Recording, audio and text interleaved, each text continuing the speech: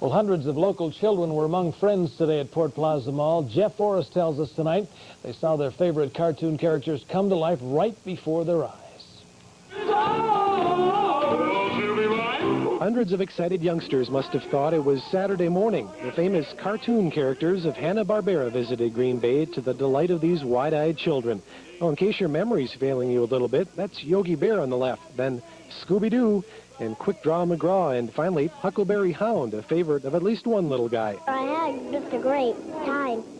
Who do you like? Who's your favorite character? Huckleberry Hound. Why do you like him?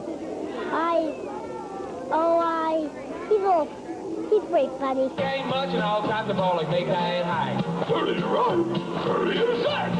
Take guard, I'm a country boy. One lucky little girl even got a chance to dance up on the stage with the characters. And many others danced along. Even the tiniest tots had their favorite character. You like Yogi? Yeah? Why do you like him? Cause. Is he funny? Yeah. Lenny's favorite star gave us an exclusive interview. Anything you'd like to tell the kids in Green Bay? I'd just like to say, I'm smarter than the average bear. The advantages of being a TV reporter. They've agreed to give me a command performance. Okay, I want you to get ready for this. This is your big chance. Here we go.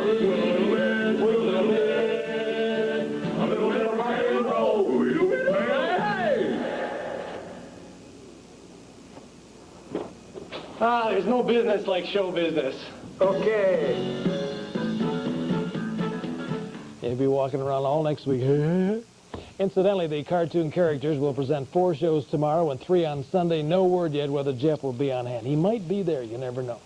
And today's escape was part of a celebration leading up to the opening of a new permanent Houdini exhibit at the Outagamie Museum. In fact, our Jeff Forrest got a sneak preview of the Houdini memorabilia on display. Harry Houdini died more than 60 years ago at the age of 52. He was the world's foremost escape artist. Today would have been his 115th birthday. His legend is still very much alive and will surely grow when the Outagamie Museum opens its Houdini exhibit to the public on Saturday. Houdini was born in Appleton in 1874, the son of a rabbi. His real name, Eric Weiss. He moved from Appleton at the age of 8. He later married, but had no children. The apple of his eye was little Maria, his niece. I thought the family would be nothing, really, if it wasn't for Houdini. When I go by here and I see all the Houdini things, I think, that's my uncle, that's my uncle. Oh, I'm so proud. Houdini was known as king of the handcuffs and even managed to escape from a Russian prison. Houdini was also very fond of rope escapes, as is magician Dixie Dooley. Believe me, I tie a pretty tight knot. Hope I don't ruin his circulation. It's very hard to get out of a piece of rope. You got to really know how. It is a true fact that many of his secrets he took with him to the grave. He was way ahead of his time. Dixie, why don't you tighten this knot a little bit for me? It's kind of loose. Oh, you know, I just looked. It's lunchtime. And, you know, we're having chicken today. So if you'll excuse me, sure. Call me if you need any help. Sure, I'm sure I can get out of this one.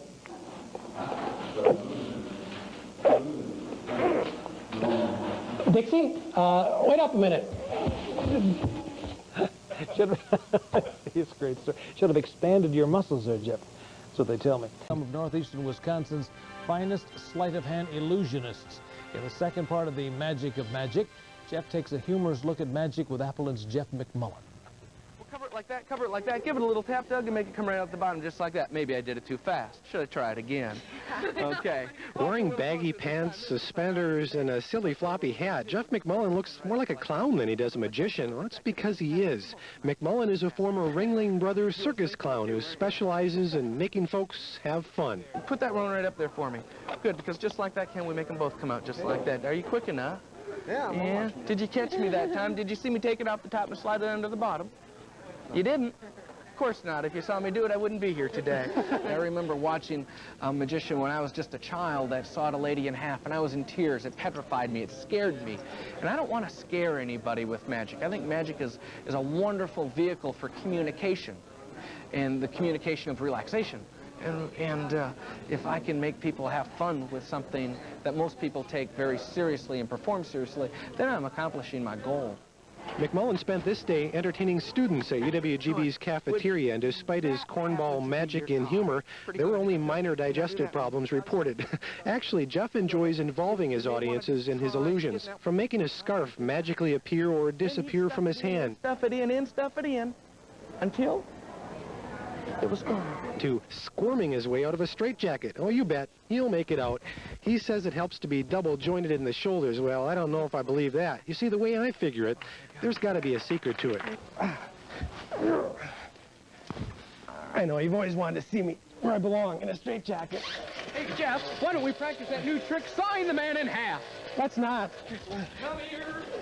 Chuck, Bill, George, help, help! You got into it, Jeff. You get out. Tomorrow. Tonight, Jeff Forrest tells us how one couple views the problem. Hundreds of Packer fans lined the Oneida Street practice field this morning for the start of two-a-days. Ken Cavanaugh and his wife Jill and daughter Heather were among the Packer backers. The Cavanaughs have been season ticket holders for more than 20 years and are increasingly concerned about crowd conduct at Lambeau Field. In a way, it does start a little bit too early in the morning. You get people here once in a while, 8:30, 9 o'clock, and by the time the game starts, I think a lot of these people probably have had it. The Cavanaughs say they sympathize with other season ticket holders who no longer attend games because of rowdiness in the stands. I would say in some areas, yes, you know, it does get pretty rowdy. The Cavanaughs say the games are still fun and do not feel a crackdown is in order, but they say police could be a little stricter in the stands.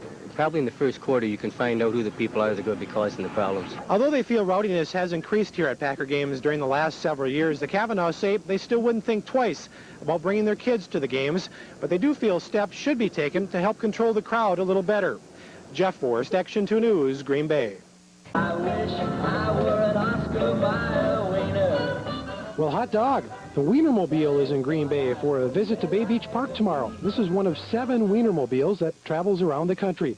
Jennifer Steinhilber is the hot dogger, that's what she's called, behind the wheel. What's it like trying to try to steer a 23-foot-long hot dog? It's great. I mean, it's not that hard, really. You just have to really remember how big you are, especially going under bridges. You got to make sure you don't hit the top of the wiener. Scrape it on a bridge. And watch your buns going around the corners. This is the oldest Weinermobile in the fleet, built in 1969. Boy, they sure don't make them like they used to, do they? It was built out of a Chevrolet van. Now, from one end of the hot dog to the other, it's 23 feet, including the bun, 10 feet high, 8 feet wide. Now, it runs on a combination of ketchup and mustard. It's 17 miles a gallon. Now, imagine seeing a sight like this drive through your neighborhood. Jennifer is the oldest hot dogger. She's a University of Wisconsin-Madison grad who calls this year-long assignment a lot of fun. By the way, the first time Jennifer ever saw an Oscar Mayer Weinermobile was 20 years ago. That was my goal in life, to drive the Weinermobile. Now I can tell my kids when they see it that your mom drove the Weinermobile. And as you may have guessed, Jennifer's Weinermobile plays just one song. As if I were an Oscar Mayer wiener. Hey, everyone would be in love with me. That's pretty good. In this age of mixed and matched separates, off-the-rack, 2-for-1 men's suits, you don't see the words tailor-made very often. But the tailor-made tradition is still very much alive in downtown Green Bay. Jeff Forrest introduces us to Horst, the German tailor. Horst Lindenbeck is sewing up his 29th year of custom tailoring in downtown Green Bay. Horst was born in West Germany. He learned his trade at the age of 21, the old-fashioned way, as an apprentice. And then you're on your own. Then you go out and find a job and become a tailor, so to speak. In 1957, Horst packed up his thread and needles and headed to the U.S., and he says he's never looked back. I didn't go back to Germany for 16 years before I took my first trip back, and I love it. I wouldn't go back for no money. I love it.